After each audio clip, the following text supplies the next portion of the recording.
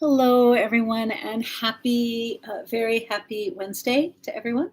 I have been thinking about the Earth, and it's interesting. They call it Earth Month. I don't know why they call it Earth Month. I think every day is Earth Day, and every month is, we're here on Earth, right? So this is a good thing. Uh, so I was thinking about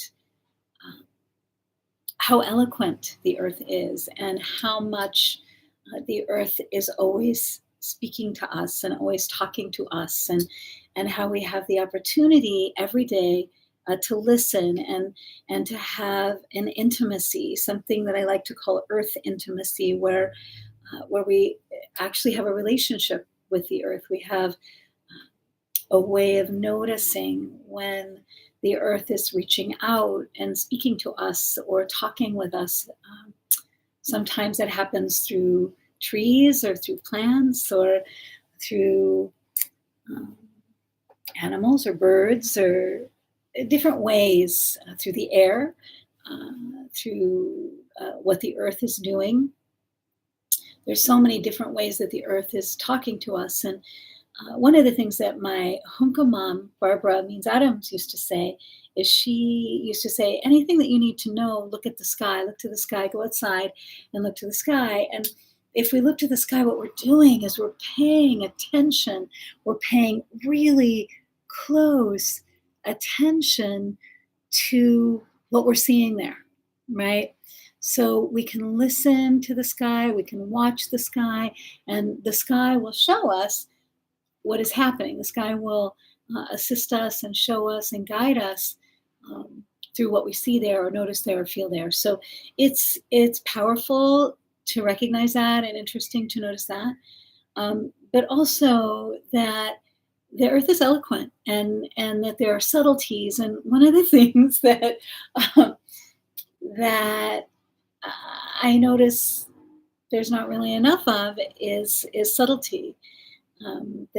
That we want to be able to, of course, have our full expression, but that there are some things in life, there's some experiences in life, there's some ways that we are spoken to in the world that are very subtle. And so what is it going to take for us to notice? What is it going to take for us to notice that there are ways in which we are being given even really strong messages in ways that are very subtle?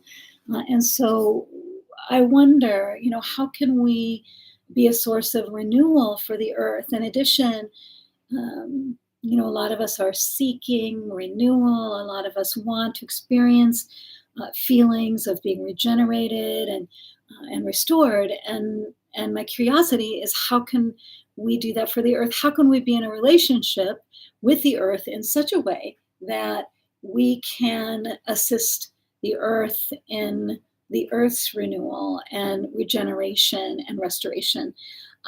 So I would like for us to be thinking about this. Also, how can we have a relationship with other species that aren't humans? How can we recognize that we are having a direct impact on one another, that we are having an experience of one another, that we are impacting, caring for, not caring for, showing up for one another in these different ways. And so I would wonder, if we're going to have intimacy, if we want to have intimacy with ourselves, we want to have intimacy with other human beings, we want to have intimacy with the sweet face of Mother Nature. If we're looking for that level of intimacy and we want that level of intimacy, well, we probably want to know what intimacy is, and intimacy is a lot of things, but it's also made up of trust and of love and of humor, of honesty. So I think there's a number of ways that the earth is being really honest with us and speaking with us. And since we didn't listen to the subtleties, the earth has had to speak in other ways. And some of those ways aren't so pleasant or aren't so satisfying or fulfilling or interesting to us, but they are the true story. And the true story is the earth's experience of us as human beings. And so how can I be an experience that the earth wants to have? How can I be a part of the regeneration, the engagement, the recognition of how important all of these beings are, that there's so much that is alive, there's so many miracles, there's all these incredible miracles, milagros, everywhere on the sweet face of Mother Nature. And so how can I begin to interact with those in a way that honors a relationship, and that honors that it's a relationship that is happening in a good way, a relationship that is happening in an honest and integrous and loving way.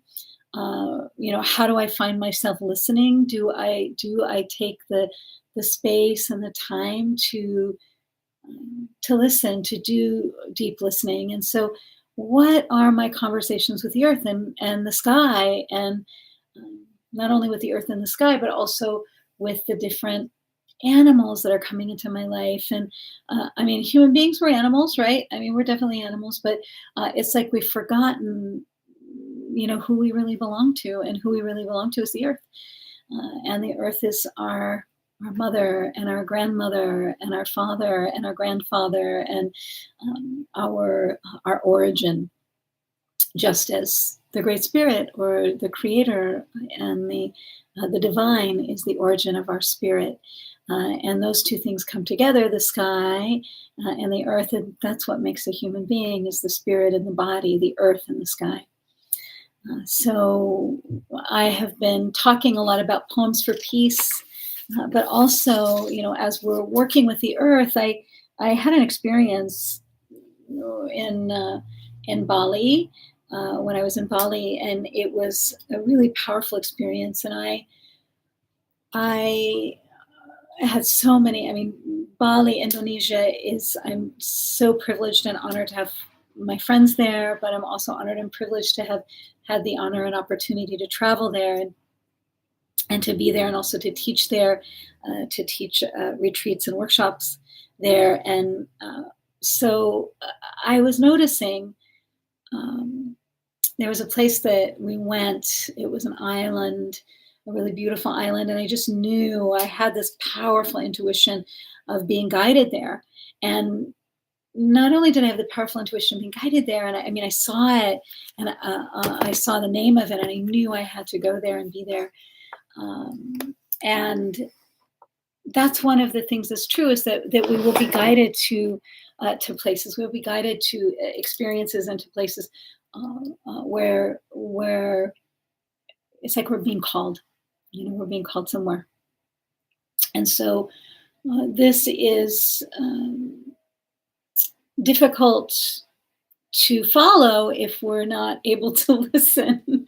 But in addition to listening, then we want to ask permission. Like, what permission is needed? What is it that I need to ask if I'm going to go somewhere? Even if I'm being called, I want to ask permission to the spirits of land and place. To go to someone else's home is a holy privilege and a sacred opportunity, and so it's important that we really thank people for allowing us to be in their home, and to come and to experience their home, and the hospitality of a place and of a people and an experience. And so in Bali, I experienced such a powerful hospitality, and the spirits of land and place, and the human beings there, and also of my friends the first time, and then my students the second time, and then there's an upcoming trip also, as soon as we can. I'm pretty sure it's 2023. We're looking at September in 2023. And that's what a story that's been. That's been really entertaining, to like really be able to hold that journey, and to be looking forward to that journey with a group of my students, and to learn how to be really flexible. We've had to be really flexible over these years of COVID, and so now, as we were looking at the requirements, there's still quarantine required to go. So So we need to wait until there's not a quarantine in order to have, a 10-day retreat. You can't be in quarantine for 5 days. It's just not going to work. So noticing that there's a flexibility, that there is an openness, an ability um, to continue to stay open to whatever outcome the mystery brings. um, so to listen to those callings, to recognize that it may or may not be time. My timing is not necessarily the right timing. Sometimes it may be, sometimes it's not. But what's essential and what's important is that we're able to come into a relationship with place, with the earth, to be a source of honor, love, and respect for the earth. So I had written something. I've been working on this memoir, and I'd written something for the memoir, and this poem came through. And there's a little bit, just a small um, piece about uh, this experience that I had in Bali that I believe will go in the memoir. I mean, who knows, right? We'll see. um, but it's called, for now, Just Noticing. Anemone so sensitive, flourishing under the world, sending curves of brightness, coral barely opening a bright tongue to speak. Rebuilt, I wonder if I rebuild enough like this coral reef off Barking Deer Island, plantings of color burst.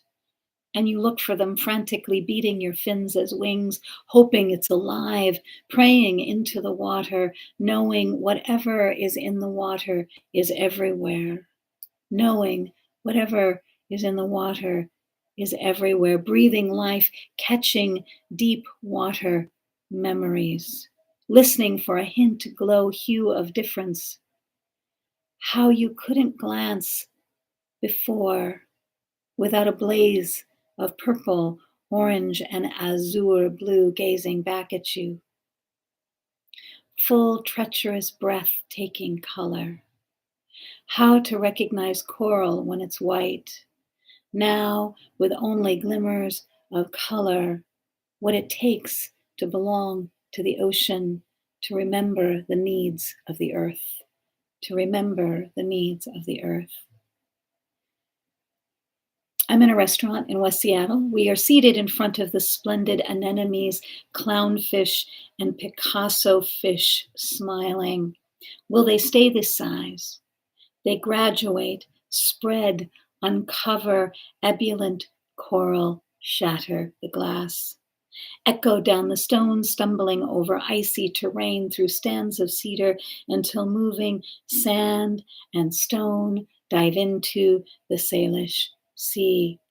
Dreaming of a future ocean filled with celestial color, of hard, true determination, divination, and work, swimming through our rivers as the truth of what we must repair, as the truth of what we must repair.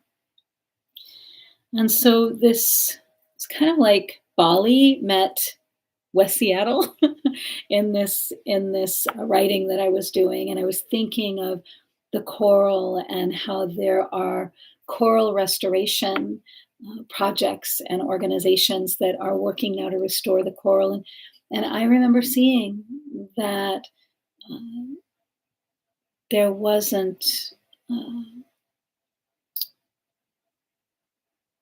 color in most of the coral. And these plugs of new or cultivated coral were being planted there. And so you could see some of the color. And then just the striking experience of being in a restaurant in West Seattle with a saltwater tank and seeing the coral and the anemones and wondering, like, oh, I wonder what would happen if they could, you know, if they could make it down to the Salish Sea and somehow journey back to Bali or to their places of true belonging.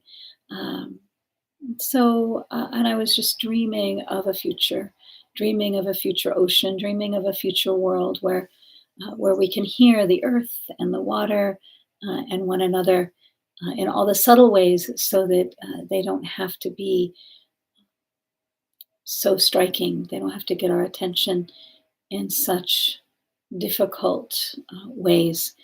But maybe if we can listen, maybe if we can listen and learn how to listen and learn how to have an intimacy, a relationship with the earth, then we can begin to understand the eloquence that is there, and that the earth, the world, is always speaking to us. Have a beautiful week, and I'll see you next Wednesday.